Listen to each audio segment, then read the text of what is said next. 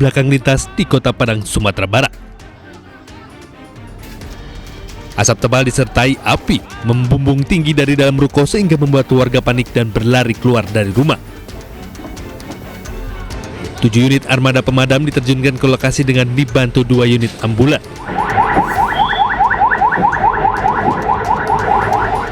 Setelah api berhasil dijinakan, petugas menemukan seorang korban tewas di dalam ruko. Tadi ada korban 2, 1 orang, lebih kurang umurnya 30 tahun. Jenis kelamin nih Pak? Laki-laki. Ini karyawan atau bagaimana nih Pak? Pemilik. Satu ruko beserta isi dan 2 unit sepeda motor hangus terbakar. Kerugian ditaksir mencapai 1,5 miliar rupiah, sementara 4 bangunan lainnya berhasil diselamatkan. Hingga kini penyebab pasti kebakaran masih dalam penyelidikan pihak berwenang. Dari Padang, Sumatera Barat, Budi Sunandar, iNews melaporkan.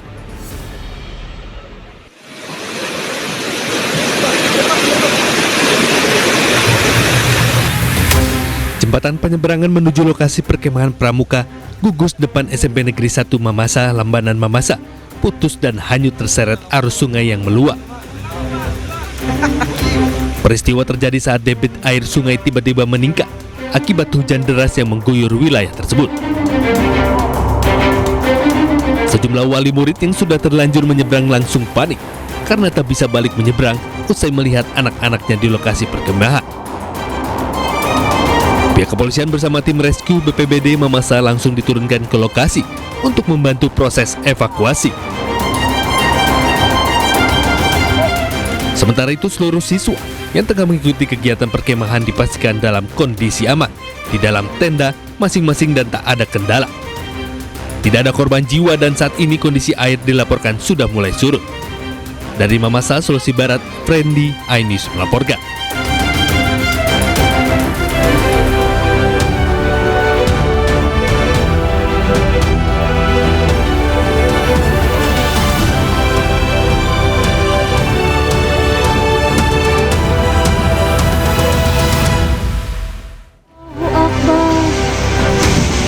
Diterjang angin kencang, puluhan rumah di Cirebon, Jawa Barat rusak, sejumlah pohon tumbang.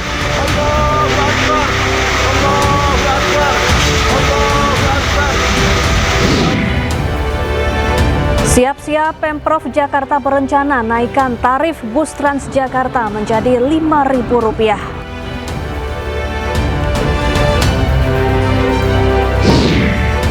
Presiden ke-7 RI Joko Widodo tunjukkan ijazahnya kepada relawan Projo di kediamannya di Solo, Jawa Tengah.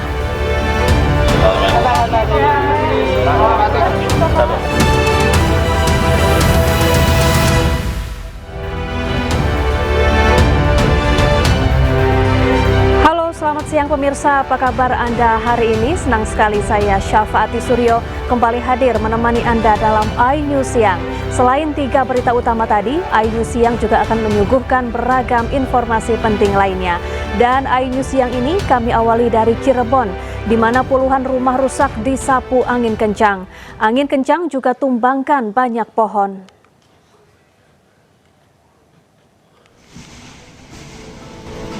Kepanikan terjadi saat angin kencang melanda kawasan perumahan Kabupaten Cirebon, Jawa Barat. Pusaran angin yang datang dari barat ke arah timur menyapu atap yang dilaluinya. Bahkan atap masjid terlihat terbang begitu kuat menghantam 2 rumah di sampingnya.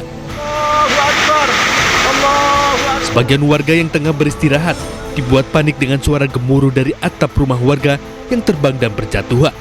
Sekitar 5 menitan lah. 5 menit angin kencang kayak puting beliung. Berputar itu Pak? Iya, berputar. Waktu itu hujan gede Pak? Enggak gede hujannya. Hujan rintik ya? Iya, hujan. Mendung pekat aja gitu ya Pak? Iya. Cuma anginnya dahsyatnya, ya Allah. Sementara tim gabungan dari Tagana dan BPBD mencatat 40 rumah mengalami kerusakan, serta pohon tumbang di 7 titik kecamatan Pleret. Sementara ini data-data yang masuk dari kami itu ada sekitar 20 kakak yang terkena dampak bencana, kemudian ada 72 jiwa. Nah, kami juga sedang melakukan pengklasteran, pengelompokan mana yang rusak ringan, rusak sedang, dan rusak berat. Meski puluhan rumah rusak, Musibah angin kencang ini tidak menimbulkan korban jiwa maupun luka. Dari Cirebon, Jawa Barat, Toy Iskandar, iNews melaporkan.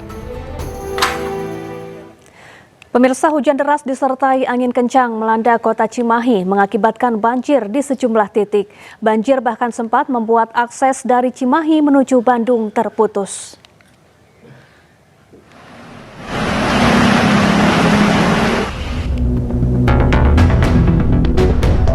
Banjir terjadi akibat hujan deras yang mengguyur kota Cimahi sejak Jumat siang, mengakibatkan air dari Sungai Ciputri meluap.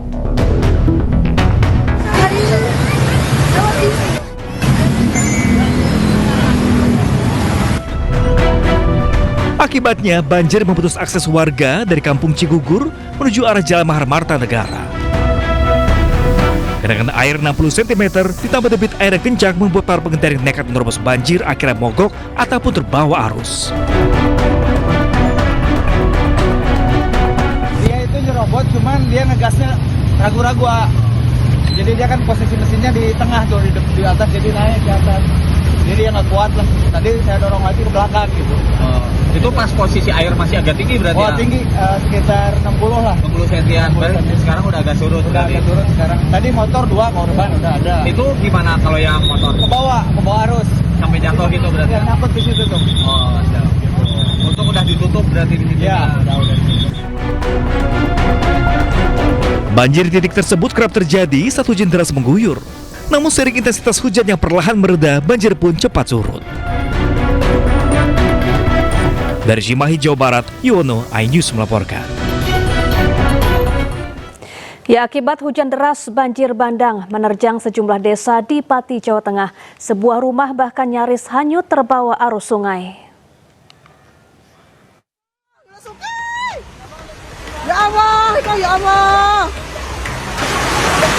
Ya Allah, Saladin. Ya Allah, satu tinepol lagi pipis tinepol. Banjir bandang yang menyapu sejumlah desa di Kecamatan Sukolilo, Pati, Jawa Tengah, Jumat sore membuat masyarakat sempat histeris. Banjir lur Sukolilo. Banjir akibat meluapnya sejumlah sungai ini juga menutup akses jalan utama Pati Purwodadi. Ketinggian air yang mencapai 60 cm membuat jalan sulit untuk dilewati. Bahkan salah satu rumah warga di Desa Sumber Soko hampir hanyut terbawa arus air. Rumah yang diketahui milik Sunoto tersebut, sebagian temboknya sudah runtuh terbawa aliran sungai. Ini rumah di tepi sungai mengalami longsor. Yani, itu dalam rumah hampir roboh. Itu tepatnya di rumah Bapak Sunoto RT 4 RW 1 Desa Sumber Soko. Untuk kerugian ditaksir sekitar hampir 300 juta karena rumahnya ini tidak bisa dipakai lagi. Jelang tengah malam, banjir berangsur surut. Petugas BPBD bersama relawan dan masyarakat gotong royong membersihkan sisa lumpur di jalan untuk menghindari terjadinya kecelakaan. Kuat dugaan banjir ini akibat gundulnya hutan di kawasan Pegunungan Kendeng. Dari Pati, Jawa Tengah, Vindi Agil, iNews melaporkan. Warga berupaya mengevakuasi sebuah mobil yang terperosok akibat jalan yang berbeda ketinggian di Jalan Inspeksi Kaliduri. Bahu-membahu, warga berupaya membantu pengendara kembali ke jalurnya. Ketinggian jalan yang tidak sama ini sering membuat pengendara terperosok.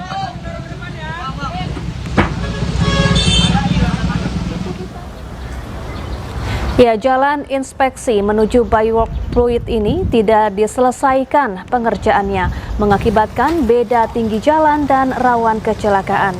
Para pengendara yang melintasi jalan ini harus ekstra hati-hati karena bisa terjatuh atau terperosok. Pembangunan jalan ini dilakukan di era Gubernur Basuki Cahayapurnama alias Ahok. Namun setelah tak lagi menjabat, pengerjaan ditinggalkan hingga terbengkalai bertahun-tahun. Ribet juga, ada yang lewat atas, ada yang lewat bawah, belum lagi di sono banjir. Ya begitulah. Gimana sebagai pengendara sepeda motor nih Bang? Bahaya atau gimana? Lebih baik diperbaiki sih Bang. Sama yang di sono sekalian kalau mau diperbaiki.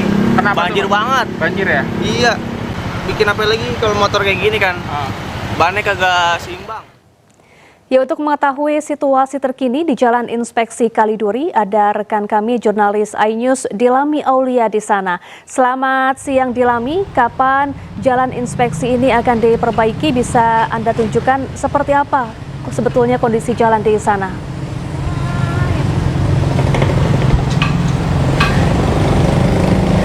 Iya, selamat siang Syafa dan juga pemirsa. Kalau untuk perbaikan dari jalan sendiri memang belum dilakukan, tapi solusi efektifnya dari pihak Satpol Bina Marga Penjaringan Jakarta Utara pada siang hari ini sedang melakukan aktivitas, yakni pemasangan beton di sepanjang bahu jalan. Ini memang dilakukan setelah pemasangan atau pengecatan cat kuning ini memang dirasa kurang efektif, sehingga pada siang hari ini dilakukan solusi lainnya seperti tadi yakni pemasangan beton di sepanjang ruas jalan yang memang ini diharapkan dapat menjadi solusi sementara sebelum nantinya dari pihak Pemprov Jakarta ini melakukan efektif solusi seperti menaikkan atau meninggikan kembali permukaan dari jalan di Jalan Inspeksi Kaliduri Penjaringan Jakarta Utara ini. Dan kalau kita lihat Syafa, ini sebenarnya proyek mangkrak sejak 2016 lalu, proyek yang dikerjakan pada era Basuki Cahayapurnama atau Ahok, di mana saat itu memang proyeksinya ini dari pemerintah Jakarta saat itu meninggikan jalan sekitar 40 cm. Syafa dan juga pemirsa, ini camper saya akan memperlihatkan bahwa terjadi perbedaan ketinggian di mana untuk ketinggian saat ini berkisar 40 cm untuk sisi kiri saya, namun untuk sisi kanan saya ini ketinggiannya masih di bawah 40 cm, sehingga terjadi gap atau ketidakseimbangan dari permukaan jalan, dan ini menyebabkan banyaknya kendaraan roda 4 yang ambruk. Ini juga sempat viral Syafa di media sosial Instagram maupun TikTok begitu sehingga ini menjadi keresahan dari para masyarakat itu sendiri, karena ini juga merupakan jalan yang memang jadi jalan alternatif apabila masyarakat ingin menuju ke arah Muara Karang ataupun PIK.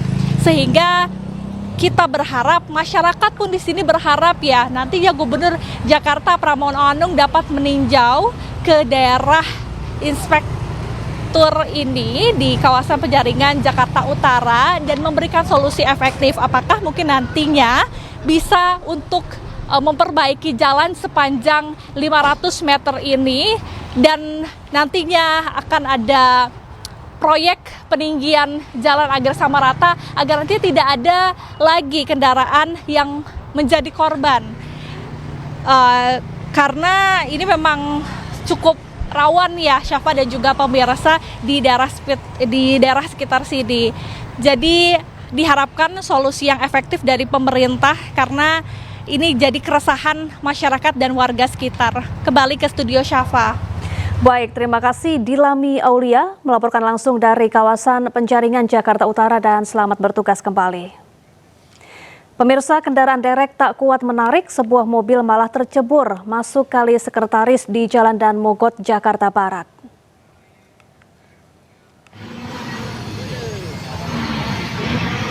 Kendaraan derek berupaya mengevakuasi mobil SUV yang nyaris tercebur di pinggir kali Sekretaris, Kebonjeruk, Jakarta Barat.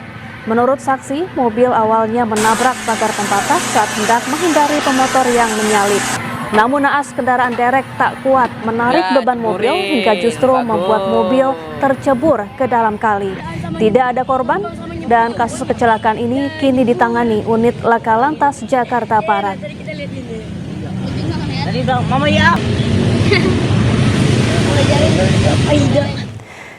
Kita ke informasi lainnya, pemirsa. Pasangan suami istri mencuri sepeda yang terparkir di gang di Kembangan, Jakarta Barat. Para pelaku beraksi sambil menggendong bayi agar tidak dicurigai warga.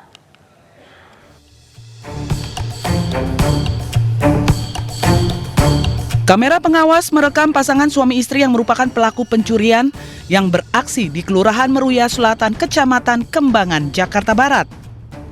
Melihat adanya sepeda yang terparkir di sebuah gang yang tidak dikunci, para pelaku yang berkendara sepeda motor tersebut langsung membagi tugas. Istri menunggu di sepeda motor sambil menggendong bayinya, sedangkan suami beraksi mencuri. Situasi yang sepi dan tidak adanya aktivitas warga membuat para pelaku leluasa membawa kabur sepeda milik warga. Pelaku datang dari arah sana, berdua suami istri, perempuan membawa anak kecil, ditaruh di depan, mungkin usianya masih kecil, masih bayi sepertinya. Nah, pelaku yang laki-laki sempat pura-pura nelpon kemari. Setelah dia melihat ke arah sana, merasa aman, pelaku langsung membawa kabur sepeda tersebut, lalu diikuti oleh istrinya membawa sepeda motor. Pak, itu memang sepedanya setiap hari itu ditaruh di sini, Pak?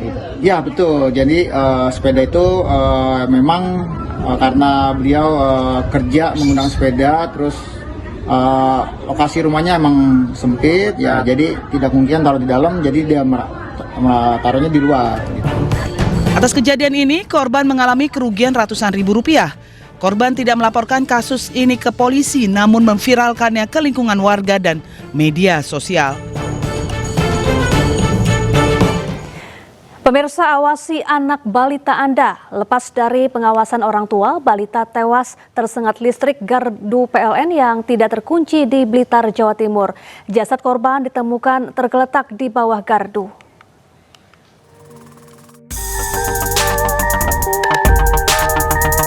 CCTV warga merekam kronologis kejadian tragis yang menimpa AR, balita 3 tahun, warga Desa Popoh, Kecamatan Selopuro, Kabupaten Blitar, Jawa Timur, yang ditemukan meninggal dunia usai tersengat listrik gardu PLN. Dari rekaman tersebut, korban membuka dan menyentuh kabel di dalam panel, kemudian korban terjatuh dan tak berdaya hingga ditemukan tewas di lokasi. Dari penyelidikan polisi, kejadian menimpa korban merupakan kelalaian dari dua pihak, yakni pihak PLN dan orang tua korban. PLN dinilai lalai, tidak mengunci panel gardu PLN, sementara orang tua korban biarkan balita malang tersebut lepas dari pengawasan.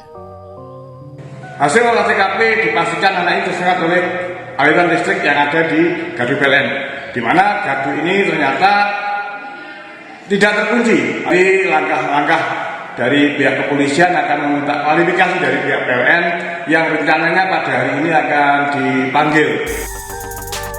Dari keterangan warga setempat, panel PLN sudah lama dan kerap terbuka karena tidak terkunci. Belakangan pun diketahui korban saat kejadian tinggal bersama sang nenek yang saat itu tengah mencuci, sementara kedua orang tuanya bekerja.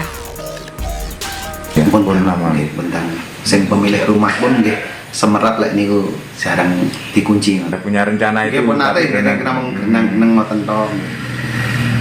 Kan mikire nggih ngeten PLN kan sering to survei keliling ngoten niku kan. Cuma kok mboten dianu mboten bangga. Kini kasusnya ditangani Satreskrim Polres Blitar. Lakukan pemeriksaan intensif dan memintai keterangan pihak PLN guna mempertanggungjawabkan insiden tersebut. Dari Blitar, Jawa Timur, Robi Ridwan melaporkan.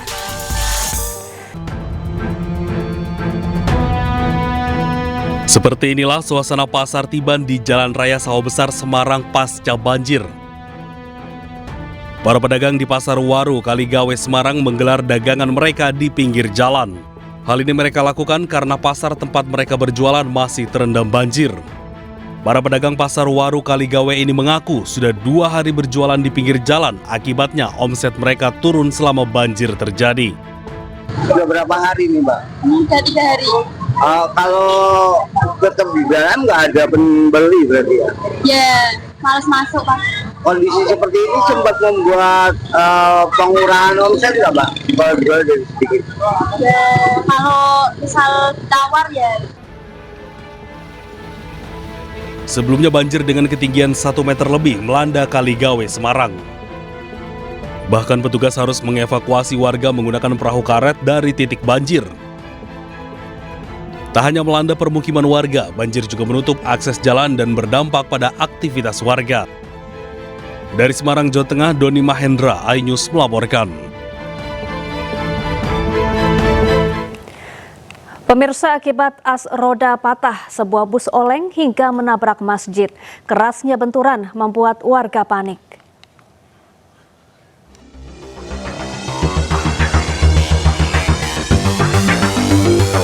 penumpang Medan Jaya menabrak Masjid Bakti di Jalan Lintas Labuhan, Labuan Batu Selatan, Sumatera Utara. Warga pun panik. Tidak ada korban, namun pagar dan kanopi masjid hingga tembok depan masjid rusak. Sementara bus ringsek di bagian depan dan patah as roda. Kecelakaan terjadi saat bus melaju dari arah Pekanbaru menuju Medan. Hasil pemeriksaan polisi diketahui, bus mengalami kecelakaan akibat patah tirot pada kemudi bus. Dari Labuan Batu Selatan, Sumatera Utara, Randi Kurniawan, iNews melaporkan.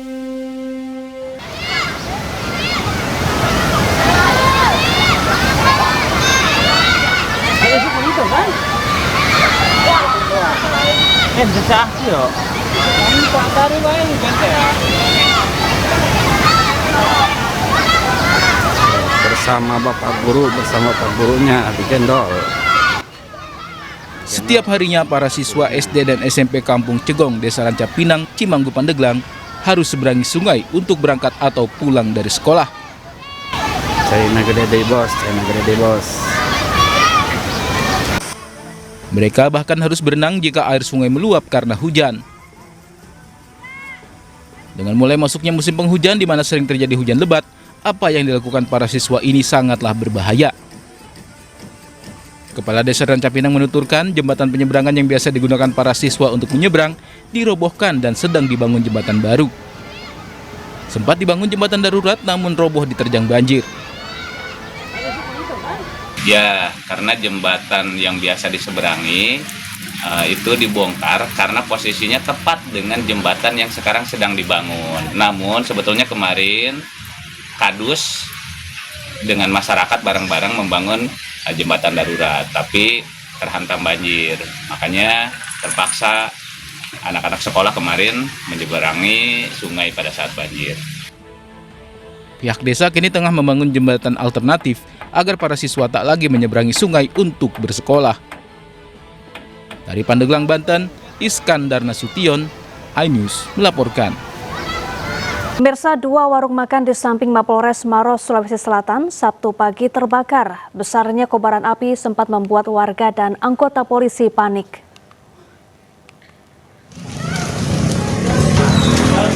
Ya, sampai Polres.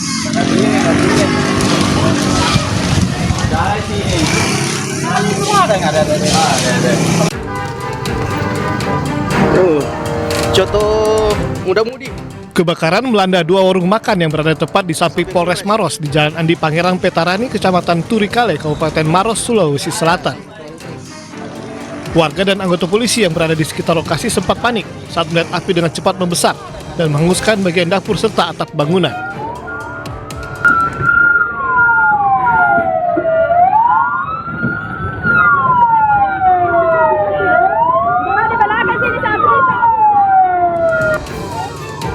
Sebagian warga berupaya memadamkan api menggunakan peralatan seadanya dan mengevakuasi barang-barang dari dalam warung.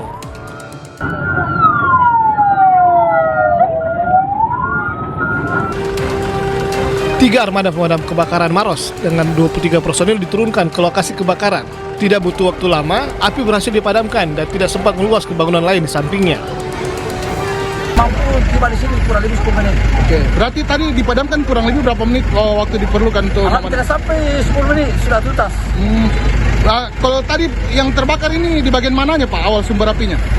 Di bagian dapur. Tadi sementara memasak memang atau bagaimana? Sementara memasak. Oh. Diduga api berasal dari dapur salah satu warung yang sedang digunakan memasak. Tidak ada korban luka maupun jiwa dalam kejadian ini, namun kerugian material ditaksir mencapai ratusan juta rupiah. Dari Maros, Sulawesi Selatan, Wahyu Ruslan, iNews melaporkan. Pemirsa, usai diperiksa polisi sebagai tersangka pencemaran nama baik, selebgram Lisa Mariana tidak ditahan. Diperiksa selama 5 jam, Lisa mengaku dicecar 44 pertanyaan.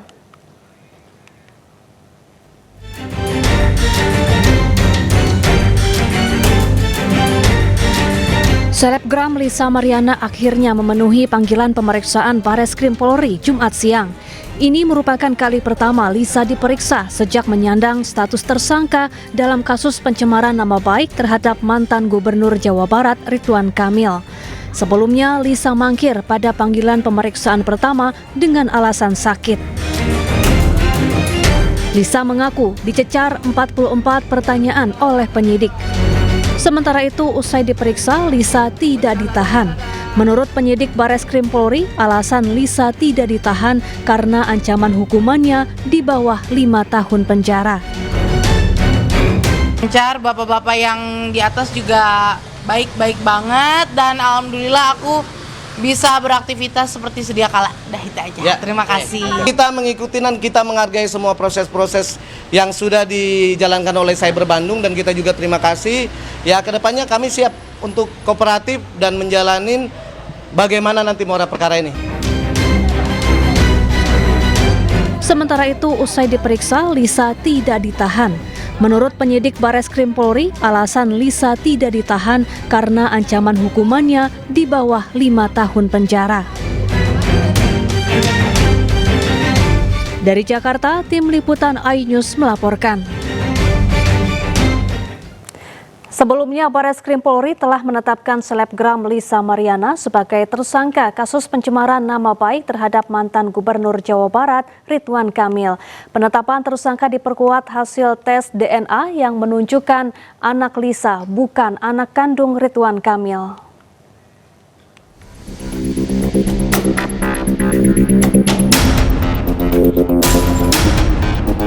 Bareskrim Polri menetapkan selebgram sekaligus mantan model majalah dewasa Lisa Mariana sebagai tersangka dalam kasus pencemaran nama baik mantan Gubernur Jawa Barat Ridwan Kamil. Penetapan status tersangka terhadap Lisa Mariana dilakukan pada 14 Oktober 2025 setelah penyidik menemukan bukti cukup. Sebelumnya, nama Lisa Mariana pertama kali mencuat setelah pengakuannya soal kedekatan pribadi dengan Ridwan Kamil. Perseteruan dengan mantan Gubernur Jawa Barat itu bermula pada April 2025 saat Lisa tiba-tiba muncul ke publik dan mengeluarkan pengakuan mengejutkan. Dengan sangat yakin, Lisa menyebut berpacaran dengan RK hingga memiliki seorang anak perempuan. Sementara Lisa Mariana telah terlebih dahulu menggugat Ridwan Kamil secara perdata di Pengadilan Negeri Bandung dengan tuntutan hak identitas anaknya dan meminta RK membayar 10 miliar rupiah. Kemudian Bareskrim Polri mengumumkan hasil tes DNA antara Ridwan Kamil dengan selebgram Lisa Mariana dan anaknya. Ketiganya dinyatakan tidak memiliki kecocokan atau non-identik. Tim liputan iNews melaporkan.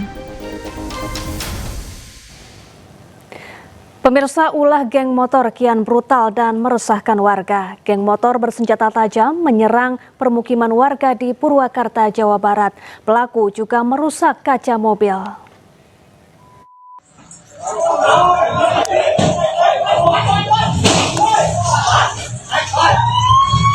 Aksi penyerangan kelompok geng motor Gerik 26 Sukatani terhadap warga di wilayah Pleret, Purwakarta, Jawa Barat meresahkan warga. Selain di Pleret, para pelaku juga melakukan penyerangan dan merusak kaca spion mobil warga di daerah Sukatani, Purwakarta. Hah? Siapa? Kamu? Polisi berhasil menangkap 3 pelaku di daerah Yogyakarta dan 1 di daerah Sukatani, Purwakarta. Selain itu, petugas sita atribut geng motor dan 2 senjata tajam. Dan kami berhasil menangkap 4 pelaku. Yang pertama, kami berhasil amankan di wilayah Sukatani, yaitu yang masih kategori anak-anak. Sedangkan 3 lainnya kami berhasil lakukan penangkapan di daerah Sleman, Yogyakarta. Saat ini keempat anggota geng motor tersebut mendekam di sel tahanan Polres Purwakarta untuk diproses hukum lebih lanjut. Dari Purwakarta, Jawa Barat, Irwan, iNews melaporkan. Pemirsa, aksi Bang Jago kerap meresahkan. Seorang preman mengancam dengan senjata tajam terhadap petugas restoran. Pelaku mengaku cemburu karena korban dituduh selingkuhan istrinya.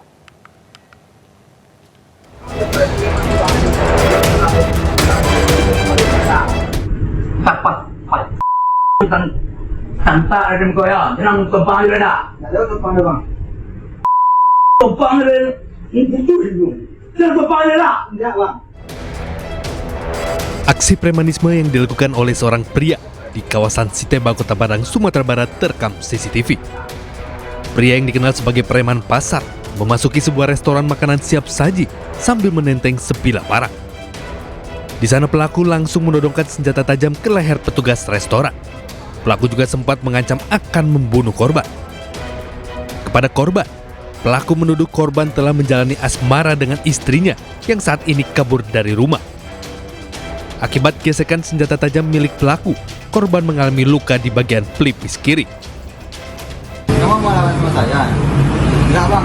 Terus dia todong itu bang, mulutnya. Dia menodongkan kemana? Ini bang, sini namanya bang. Terus ke sini bang, ke sini bang. Terus di ini bang. Korban kini telah melaporkan tindakan premanisme ini ke pihak kepolisian Polresta Padang. Korban berharap polisi dapat segera mengamankan pelaku karena kerap membuat resah warga di daerah tersebut. Dari Padang, Sumatera Barat, Budi Sunandar, iNews melaporkan.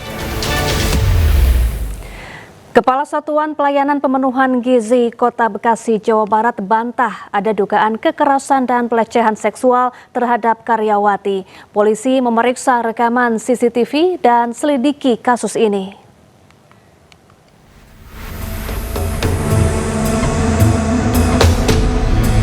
Kasus dugaan kekerasan dan pelecehan seksual yang menimpa RDA, pegawai SPPG di Kota Bekasi, Jawa Barat masih dalam penyidikan polisi. Penyidik sudah melakukan olah tempat kejadian perkara dan mengumpulkan sejumlah barang bukti serta rekaman kamera CCTV. Dalam narasi rekaman CCTV yang viral di media sosial, korban mengalami kekerasan fisik dan verbal serta pelecehan seksual yang diduga dilakukan oleh MKP atasan korban. Ini yang mukul aku nih, namanya Muhammad Kevin Pradana. Gue kasih semua CCTV-nya ya. Emang lu pikir gue gak takut? Korban yang tak terima melaporkan atasannya ke Mapolres Metro Bekasi Kota.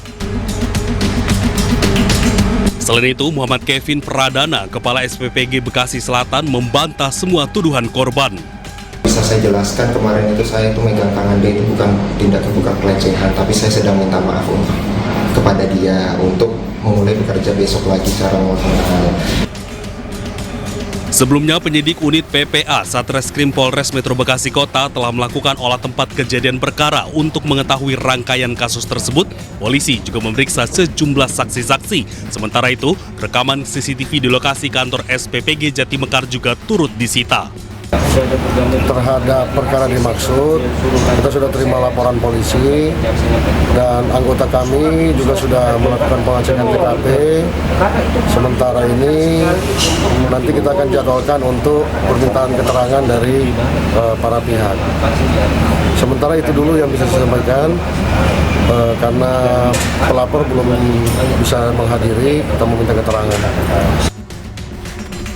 Sebelumnya, video viral di media sosial seorang karyawati SPPG dinarasikan dianiaya atasannya di SPPG wilayah Jatimekar, Kota Bekasi, Jawa Barat.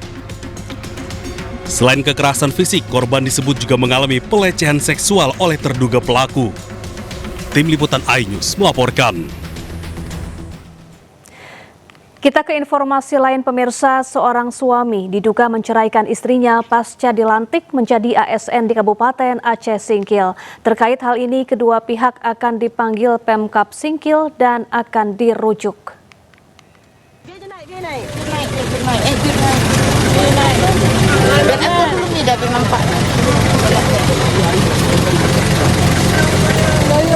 Video seorang perempuan menangis dan membawa dua anaknya menaiki minibus yang diduga hendak pulang ke rumah orang tuanya di Aceh Singkil viral di media sosial. Dalam postingannya, wanita itu mengaku diceraikan setelah sang suami dinyatakan lulus pegawai pemerintah dengan perjanjian kerja di lingkup Pemkab Aceh Singkil.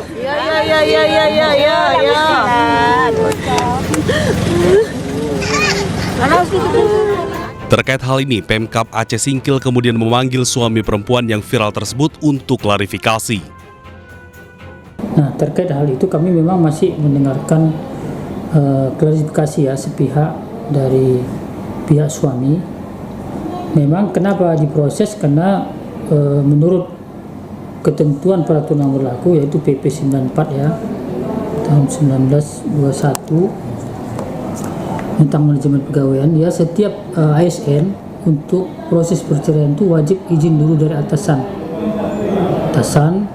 secara tertulis, kemudian nanti atas itu bisa langsung mengajukan kepada BKSDM sebelum bercerai. Dan kalaupun dia misalnya tidak melakukan itu, nanti pasti pihak Mahkamah Syariah akan mengembalikan kepada instansi yang terkait. Pemkab Singkil juga menjelaskan ke depan pihaknya akan panggil kedua belah pihak untuk dimintai keterangan. Dari Aceh Singkil, Suparman Munte, iNews melaporkan.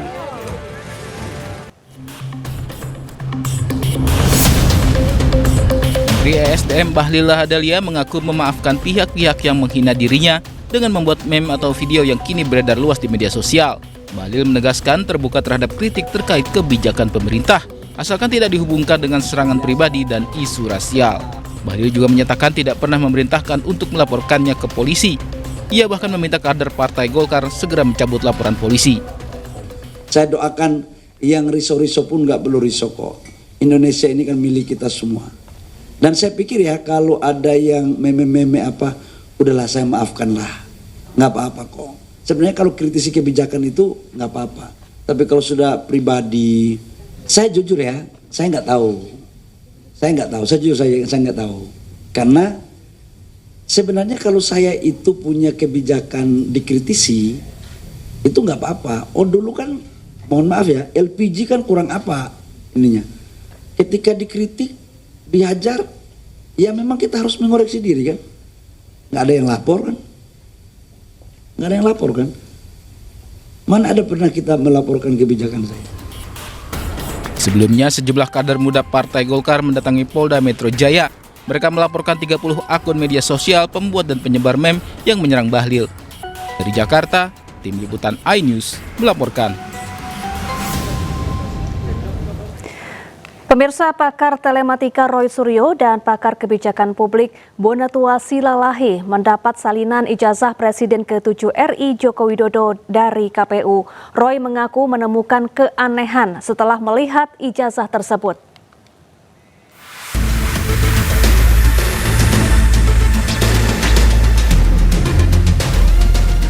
Pengamat kebijakan publik Bonatua Silalahi menerima salinan fotokopi ijazah Presiden ke-7 Indonesia Joko Widodo dari Komisi Pemilihan Umum RI pada Jumat pagi. Salinan tersebut digunakan Jokowi saat mencalonkan diri sebagai Presiden pada 2014. Bonatua menjelaskan salinan ijazah yang diterima ini masih ada bagian yang tertutup. Ia pun mempertanyakan alasan sejumlah informasi di salinan ijazah Jokowi ditutup. Yang diberikan itu adalah fotokopi terlegalisir, ini apa ya, fotokopi dari fotokopi. Jadi ini agak beda dengan 2019, ternyata 2014 itu semua masih manual. Jadi peserta memberikan fotokopinya, fotokopi terlegalisir dari universitasnya, lalu disimpan oleh KPU, dan KPU memfotokopinya, inilah yang dikasih ke saya. Sementara pakar telematika Roy Suryo mengaku menemukan keanehan setelah melihat dokumen tersebut. Menurut Roy, ijazah milik Jokowi yang diterbitkan Universitas Gadjah Mada palsu. Roy menambahkan dokumen ini akan dijadikan bukti baru untuk diserahkan kepada Bareskrim Polri. Kalau beliau sih nggak usah didatangi, cukup kita cek saja apakah yang ada. Ini ada sesuatu yang menarik, ya. Saya lihat aja udah terjadi sesuatu yang aneh, tapi nggak apa-apa ya, itu nanti akan kita rumuskan dalam press conference beberapa waktu lagi, karena ini berarti ya Mike bisa lihat ya. Saya udah ngerti maksudnya. Maksudnya ada yang aneh. Ada yang aneh. Bisa sama. Nah, tapi nanti akan kita sampaikan pada konferensi pers ya. Nanti dulu ya, gitu. Jadi ya, sangat signifikan, sangat signifikan anehnya. Ya. Ya, bisa mengarah bahwa terjadi kepalsuan, dah kata kuncinya itu. Jadi 99,9% tetap palsu. Roy Suryo dan kawan-kawan saat ini tengah mengumpulkan sejumlah salinan ijazah Jokowi yang digunakan dalam beberapa pemilihan umum yang diikuti Jokowi. Mereka sudah mendapatkan salinan ijazah Jokowi terlegalisir mulai dari yang digunakan saat Pilkada 2010 di Solo, Pilkada DKI Jakarta 2012, dan Pilpres pada 2014 serta 2019. Dari Jakarta, Amrina Rida, Julkarnain Tri Julianti, iNews melaporkan. Ketua Umum Relawan Projo, Budi Ari Setiadi, bersama sejumlah relawan bertemu dengan Jokowi di kediamannya di Solo, Jawa Tengah. Budi mengungkap saat bertemu Jokowi perlihatkan ijazah sarjananya. Budi menegaskan ijazah yang ditunjukkan Jokowi adalah asli. Ketua Umum Projo juga menyebut Jokowi memberi arahan untuk mendukung pemerintahan Prabowo Gibran. Urusan yang lainnya ijazah yang tanya Pak Faridi. Soal ijazah nanti ini penting nih. Tadi dikasih lihat. Sebetulnya ijazah tanya Mas Roy aja lah. Ya, udah kasih lihat yang tadi ngomong itu, yang penting. Iya, jadi sebetulnya udah bolak-balik kalau masalah ijazah ini Pak Jokowi udah menegaskan bahwa ijazahnya memang ada. Dan kita tadi dipertunjukkan bahwa ijazah Pak Jokowi itu ada, dan Pak Jokowi juga udah menunjukkan ke rektor, ke dekan. Jadi bukan hanya menepis semua isu-isu dan keraguan bahwa ijazah Pak Jokowi itu hilang, terbakar, tetapi memang ada dikeluarkan UGM dan masih dipegang oleh beliau. Jadi selesai isu ijazah itu ya. Ya, makasih ya. Udah yang ini. Pemirsa, Menteri Pertahanan Syafri Syamsuddin meninjau markas Yonif teritorial pembangunan TP821 penjaga pulau terdepan di Pulau Buru, Maluku. Menhan menekankan Pulau Buru sebagai simbol kebangkitan dan kehormatan bangsa. Siap. Kau dari mana? Siap, izin dari hasil. Siap, izin dari hasil. Menteri Pertahanan Syafri Syamsuddin meninjau markas Yonif teritorial pembangunan atau TP821 Satriabu Polo di Pulau Buru, Maluku. Menhan menyapa para prajurit pertahanan di pulau terdepan dan mengapresiasi semangat pengabdian prajurit yang berdedikasi tinggi. Dalam arahannya, Menhan mengingatkan agar Yonif TP821SB menjadikan Pulau Buru sebagai simbol kebangkitan dan kehormatan bangsa. Yang nantinya kalian juga akan pindah ke pangkalan yang baru yang sedang dikerjakan sekarang. Jadi kalian mesti tahu bahwa sebagai prajurit batalion 821 kamu adalah prajurit batalion infanteri. Sementara itu, pembangunan markas ini telah mencapai 74,79%. Menhan kemudian menikmati makan siang bersama prajurit dengan penuh kehangatan dan juga keakraban. Kau mau yang banyak apa sedikit? Mau banyak atau sedikit, Laude? Siap! Mau banyak? Yang banyak! Banyak nasinya apa banyak ikannya? Yang banyak! Nasinya ini! Banyak nasinya? Siap! Menhan juga menekankan pentingnya kesejahteraan prajurit, kebersihan dapur satuan, dan kedisiplinan serta moralitas prajurit. Duduk! Ya! Mengawali makan siang! Berdua! Mulai!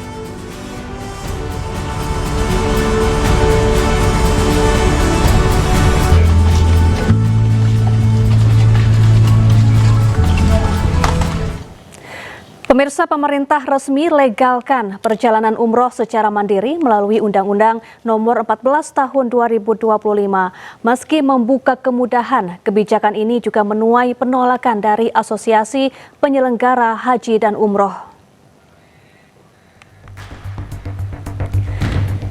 Pemerintah resmi memperbolehkan pelaksanaan ibadah umroh secara mandiri tanpa harus melalui Biro Perjalanan Umroh. Ketentuan ini tertuang dalam Undang-Undang Nomor 14 Tahun 2025 dan mulai berlaku setelah diundangkan. Dengan demikian, jemaah kini leluasa mengatur sendiri perjalanan umroh termasuk pengurusan visa, tiket, akomodasi, dan kebutuhan ritual tanpa melalui pihak ketiga. Namun kebijakan ini menuai penolakan dari Asosiasi Penyelenggara Haji dan Umroh seperti Amfuri. Kami penyelenggara resmi tentunya tidak aneh dan juga tidak khawatir ya dengan narasi dan konteks umroh mandiri ini tentunya. Karena memang sebelumnya pun perjalanan ibadah umroh secara mandiri itu sudah ada. Ya, dalam pasal 87A terdapat 5 syarat yang harus dipenuhi jemaah untuk dapat berangkat umroh secara mandiri, yaitu sebagai berikut.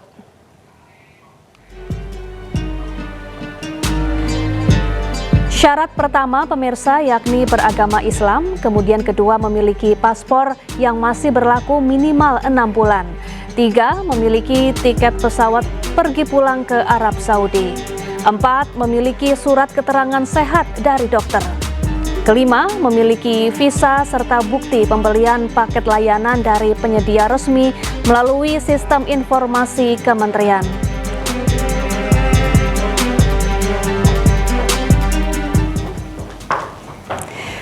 Pemirsa, Gubernur Jawa Barat Deddy Mulyadi datangi Badan Pemeriksa Keuangan Provinsi Jawa Barat. Deddy libatkan BPK untuk audit uang kas Pemprov Jawa Barat yang sempat dituding mengendap di bank.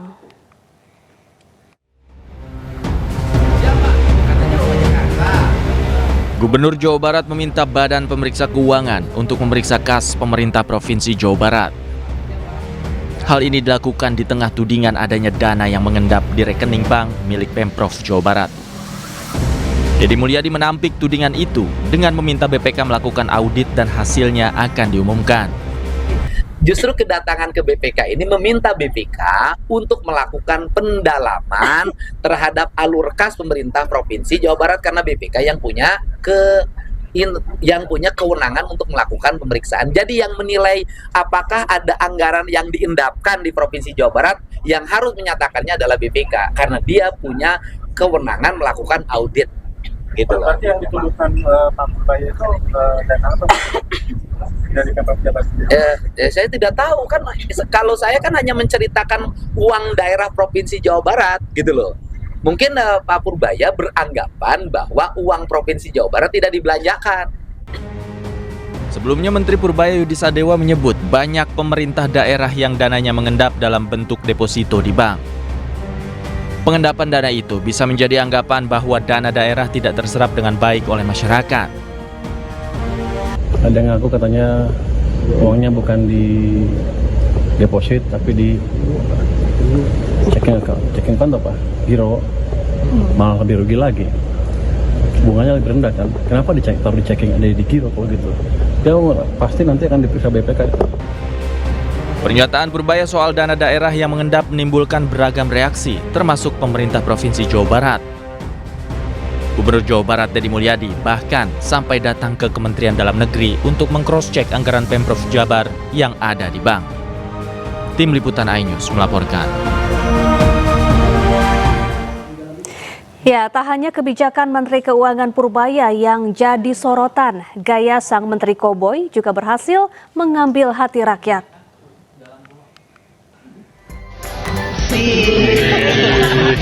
Bagian masih bisa nih. Menkeu Purbaya belakangan terus menjadi sorotan publik.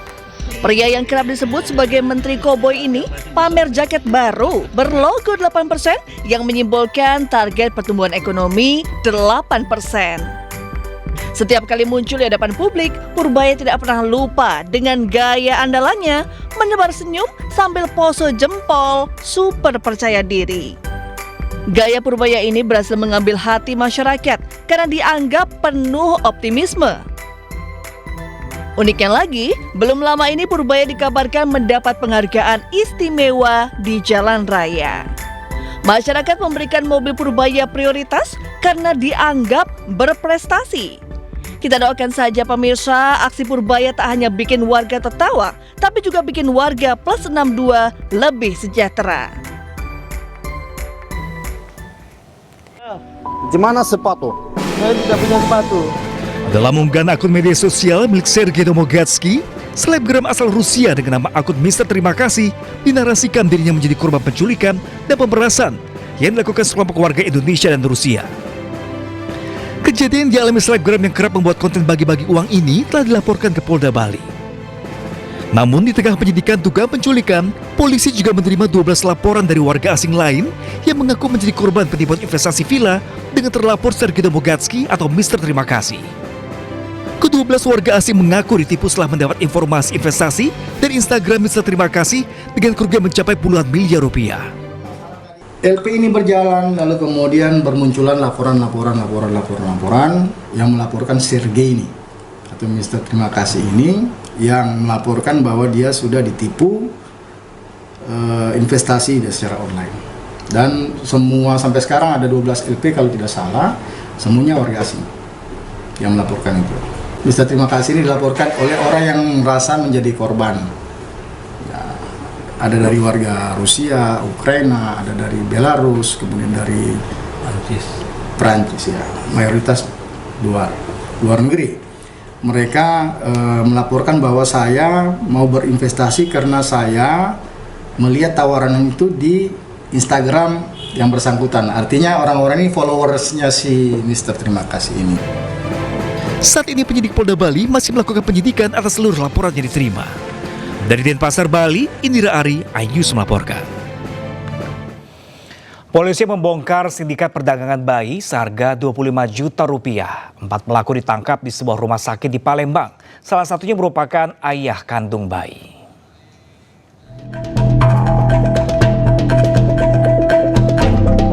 Tim gabungan Subdit Renakta dan Subdit Jatanras Polda Sumatera Selatan membongkar sindikat perdagangan bayi. Keempat pelaku ditangkap di sebuah rumah sakit di Palembang saat akan melakukan transaksi. Dari hasil pemeriksaan, bayi tersebut akan dijual seharga 25 juta rupiah. 4 pelaku yang ditangkap merupakan pasangan suami istri yang berperan mengatur jual beli. Satu pelaku mengawal proses kelahiran bayi dan ayah kandung bayi. Diketahui orang tua bayi berada di Bekasi dan komunikasi melalui media sosial. Ayah bayi dijanjikan uang sebesar 8 juta rupiah dan keduanya disuruh datang ke Palembang untuk proses lahiran. Berkomunikasi lewat media sosial. Dijanjikan dari saudara R, silahkan melahirkan di Palembang, saya akan biayai, saya tanggung semuanya, kemudian setelah selesai, saya akan kasih 8 juta setelah bayi tersebut dijual. Tersangka yang lain membantu mencari penjual, terjadi transaksi, duitnya dikasih ke orang tua atau ayah dari bayi. Polisi saat ini masih mendalami jaringan penjualan bayi ini termasuk ke dinas sosial. Sedangkan pelaku yang ditangkap terancam pasal tindak pidana perdagangan anak. Dari Palembang, Sumatera Selatan, Firdaus, iNews melaporkan. Ya pemirsa, pimpinan Pondok Pesantren Ar-Rahman Basyaiban, Gus Yazid Bazaiban melaporkan ancaman pembunuhan ke Polda Metro Jaya.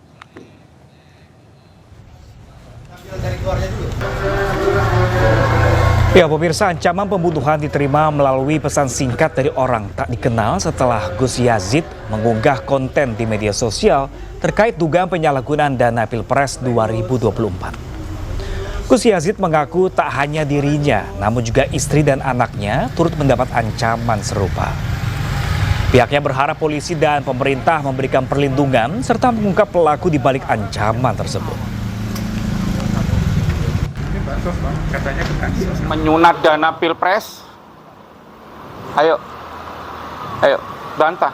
Kalau memang itu panjenengan merasa tidak menyunat dana Pilpres, bantah, tidak apa-apa. Gitu. Saya punya data, saya punya buktinya kok. Gitu.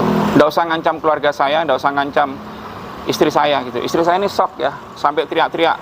Dia minta TikTok saya dihapus. Saya tidak akan hapus. Sampai kapanpun saya tidak akan hapus. Udah. Sementara itu pemirsa, pengungkapan kasus narkoba yang dilakukan Polri selama Januari hingga Oktober 2025 mencapai lebih dari 38.000 kasus. Sementara itu lebih dari 197 ton barang bukti narkoba disita.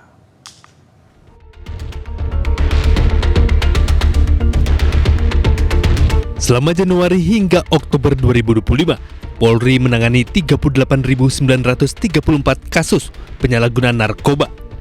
Selama itu pula pihak kepolisian telah menetapkan 51.753 tersangka dan 150 diantaranya merupakan anak-anak. Dari puluhan ribu kasus tersebut, aparat kepolisian berhasil menyita 197 71 ton barang bukti yang terdiri dari ganja, sabu, ekstasi, tembakau gorila, dan jenis narkotika lainnya. Kabarreskrim Polri Komjen Pol Syahardiantono menyatakan keberhasilan ini merupakan wujud sinergi dan kolaborasi lintas lembaga, mulai dari BNN, Bea Cukai, Kemenkumham, hingga TNI dan instansi penegak hukum lainnya. Selain itu, langkah ini sejalan dengan program prioritas Presiden Prabowo Subianto, khususnya pada Asta Cita poin ke-7 tentang pemberantasan narkoba. Pemberantasan narkoba, pencegahan narkoba ini merupakan program dari pemerintahan sekarang Presiden Pak Prabowo Gibran. Adanya Asta Cita, cita ke-7 salah satunya adalah pencegahan dan pemberantasan narkoba. Ini harus kita lakukan terus-menerus. Kabarreskrim juga menegaskan komitmen Polri dalam menindak tegas siapapun yang terlibat dalam jaringan narkotika, termasuk anggota Polri sendiri. Sementara itu, selain menindak jaringan narkotika, Barreskrim Polri juga mengusut tindak pidana pencucian uang dari kejahatan narkoba. Selama Januari hingga Oktober 2025, aset yang disita mencapai 221,38 miliar rupiah dari 22 kasus dengan 29 tersangka. Barang bukti berupa uang tunai, kendaraan mewah, alat berat, perhiasan, hingga properti disita untuk memiskinkan pelaku. Tim Liputan iNews melaporkan. Ya, pemirsa, kembali di iNews Siang bersama saya Pram Senjaya. Pemirsa, terbakar api cemburu, seorang pria nekat membakar sepeda motor. Aksi bermula dari pasangan pria dan wanita yang bertengkar di rumah korban.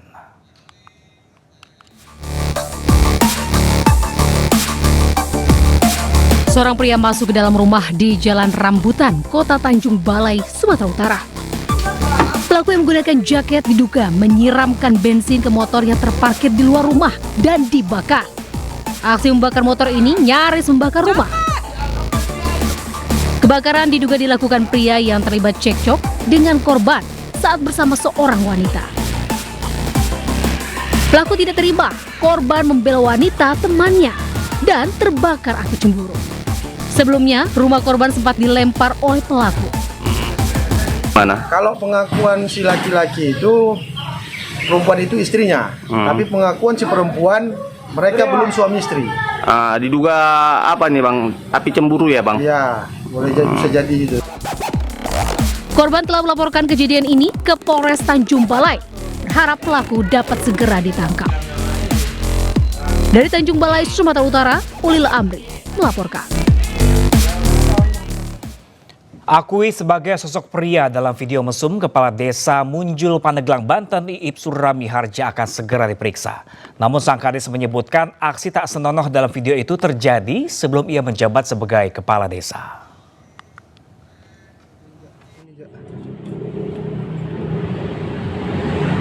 Kok gitu sih? Viral di media sosial, sebuah video mesum seorang laki-laki dengan seorang perempuan melakukan tindakan asusila di dalam mobil. Belakangan diketahui aktor dalam video tersebut merupakan Kepala Desa Munjul, Pandeglang, Banten, Iip Surami Harja. Namun belum diketahui siapa perempuan dalam video. Iip yang telah menikah dan memiliki 2 orang anak ini mengakui sosok laki-laki dalam video mesum yang beredar adalah dirinya. Ia menyebut aksi tak senonoh dalam video itu terjadi sudah lama sebelum dirinya menjabat sebagai kepala desa. Saya dilantik kemarin kurang lebih tanggal 14 Agustus dan saya yakin dari tanggal 14 Agustus sampai hari ini kode etik, sumpah jabatan saya selalu jaga. Artinya saya yakin bahwa gelar peristiwa itu bukan sesudah saya dilantik sebagai kepala desa, tambahan 2 tahun jabatan. Pertama bahwa didugakan itu di tempat umum. Saya jawab bahwa kalau didugakan tempat umum itu bukan tempat umum tapi tempat pribadi. Sementara itu, Pemkab Pandeglang akan menelusuri video viral tersebut termasuk memeriksa Kepala Desa Munjul. Dari Pandeglang, Banten, Iskandar Nasution, iNews melaporkan.